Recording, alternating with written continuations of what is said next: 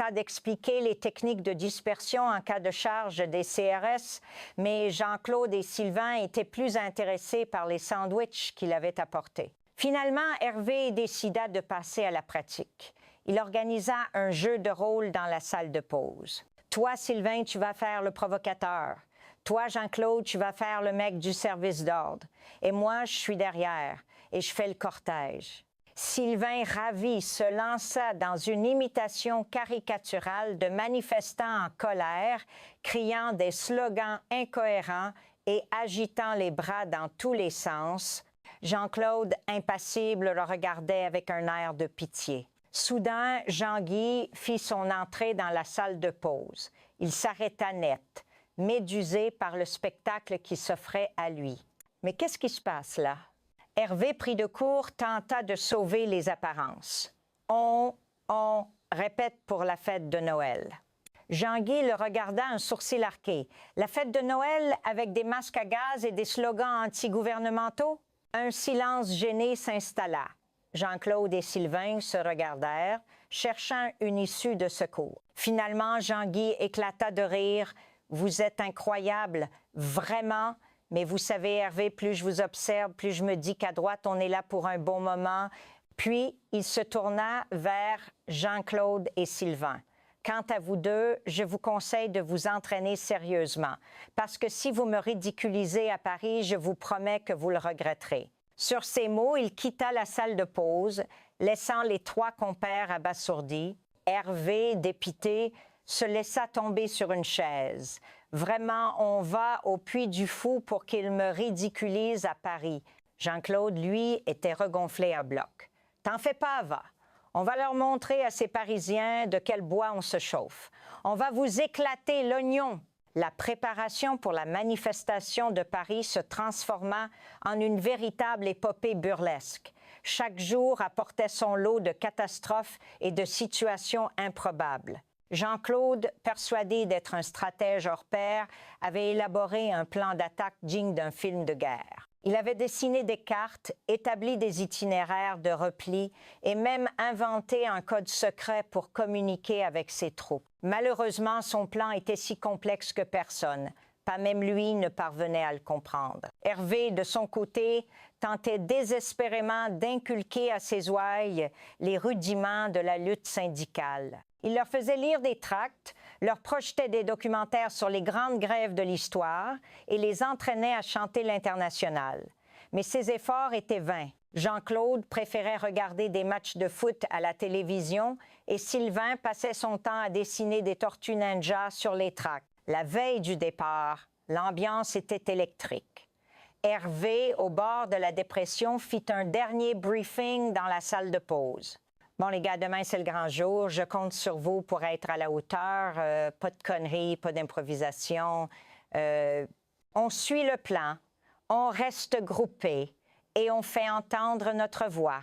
Compris? » Jean-Claude et Sylvain hochèrent la tête, l'air grave. Mais au fond d'eux-mêmes, ils savaient que cette manifestation allait être un fiasco total. Et ils n'avaient pas tort. Le voyage en autocar fut un véritable calvaire. Jean-Claude, qui avait décidé de mettre l'ambiance, passa tout le trajet à chanter des chansons paillardes et à raconter des blagues salaces. Sylvain, malade comme un chien, vomit sur les chaussures de la secrétaire du directeur. Hervé, lui, tenta de maintenir un semblant de discipline, mais il fut rapidement débordé par les événements. Arrivé à Paris, la situation ne s'arrangea pas. La manifestation était un chaos indescriptible. Des milliers de personnes criaient, chantaient, agitaient des drapeaux. Les CRS, sur les dents, observaient la foule avec méfiance. Hervé, fidèle à son plan, tenta de rassembler ses troupes, mais Jean-Claude, attiré par un stand de merguez frites, s'était déjà éclipsé. Sylvain, lui, avait disparu dans la foule à la recherche de toilettes. Hervé se retrouva seul au milieu de la marée humaine. Il se sentait perdu, abandonné. Il avait l'impression d'être le capitaine d'un navire en perdition. Soudain, il aperçut Jean-Claude juché sur une barricade, haranguant la foule avec un mégaphone. « Camarades, travailleurs, ne nous laissons pas faire, révoltons-nous !» La foule, Amusé par ce spectacle inattendu, l'acclama. Jean-Claude, grisé par ce succès soudain, se lança dans un discours enflammé, mélangeant slogans révolutionnaires et citations de films d'action. Hervé, médusé, le regardait faire. Il ne savait pas s'il devait rire ou pleurer. C'est alors que les CRS décidèrent de charger. Ce fut la panique. La foule se dispersa dans un chaos indescriptible. Hervé, pris dans le mouvement, fut emporté par la marée humaine. Il se retrouva projeté contre une vitrine de magasin, le souffle coupé.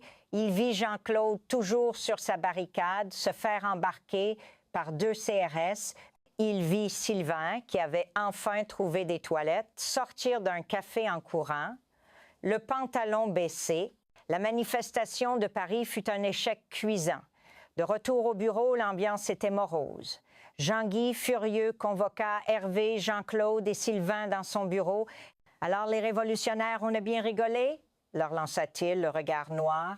Les 3 compères baissèrent la tête, honteux. « Vous m'avez ridiculisé, » poursuivit Jean-Guy. « Vous avez sali l'image de l'entreprise. Vous êtes la risée de tout Paris. » Il se leva et fit les 100 pas dans son bureau. « J'ai longuement réfléchi, dit-il finalement, et j'ai pris une décision. » Un silence angoissant s'installa.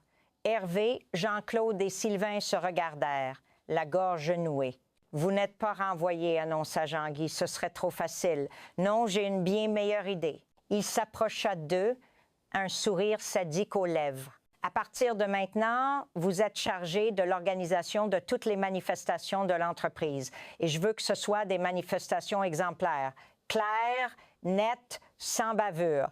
Compris? » Hervé, Jean-Claude et Sylvain se regardèrent, incrédules. Ils venaient d'être promus au rang de professionnels de la contestation. La journée s'annonçait riche en émotions et en catastrophes. L'horloger des souvenirs perdus, prologue, le chœur du temps immobile. Nous sommes les gardiens du silence. Nous sommes le murmure incessant de Paris, celui que l'on n'entend plus à force de l'écouter. Dans cette petite boutique de la rue des Anges, à l'abri du tumulte du monde, nous sommes des centaines de cœurs mécaniques à battre à l'unisson, comptoises au fronton de bois sculpté, régulateurs de parquet dont les balanciers d'or balaient les secondes avec une solennité de métronome, pendules de cheminée en marbre et en bronze, montres à gousset endormies sur des coussins de velours carmant. Chacun de nous est un fragment de vie, un réceptacle de souvenirs. Notre maître, notre ami est Julien. C'est un homme façonné par le temps, dont les mains portent la carte de milliers d'heures passées à nous comprendre, à nous soigner. Il est le seul qui sache encore écouter nos voix distinctes. Le tic-tac sec et précis d'une montre de précision, le don grave et mélancolique d'une horloge de grand-père, le carillon cristallin d'une pendule du siècle passé. Pour les autres, nous ne sommes que des objets, de la poussière et des engrenages. Pour lui, nous sommes une famille. Il nous parle. Le matin, en ouvrant les volets, il nous salue d'un bonjour, mes fidèles. Le soir, avant de monter dans son petit appartement au-dessus de l'atelier, il nous souhaite une douce nuit. Il connaît nos histoires. Celle-ci a rythmé les repas d'une famille pendant 3 générations. Celle-là a été le témoin d'une déclaration d'amour. Cette petite montre de dame, au fond de la vitrine, s'est arrêtée le jour où sa propriétaire a rendu son dernier soupir. Mais depuis quelque temps, une ombre plane sur notre royaume immobile. Le cœur de Julien bat plus lentement. Son souffle est plus court. Ses gestes, autrefois si précis, sont parfois teintés d'une hésitation que nous ne lui connaissions pas. Et le monde extérieur, ce monde de vitesse et d'oubli, frappe à la porte de notre sanctuaire. Un neveu pressé, des lettres aux en-têtes officielles. Le temps, ce concept que nous mesurons avec une fidélité infaillible, menace de disperser notre mémoire aux 4 vents. Nous attendons. Nous battons la mesure de l'attente. Nous espérons une main, un regard, une âme, qui saura comprendre que ce qui se joue ici n'est pas une simple affaire de mécanique, mais la préservation fragile et précieuse des souvenirs perdus. Nous sommes le chœur du temps, et nous attendons celui ou celle qui viendra écouter notre chant, avant qu'il ne s'éteigne pour toujours. Chapitre 1. La symphonie des solitudes. Le jour se levait sur Paris.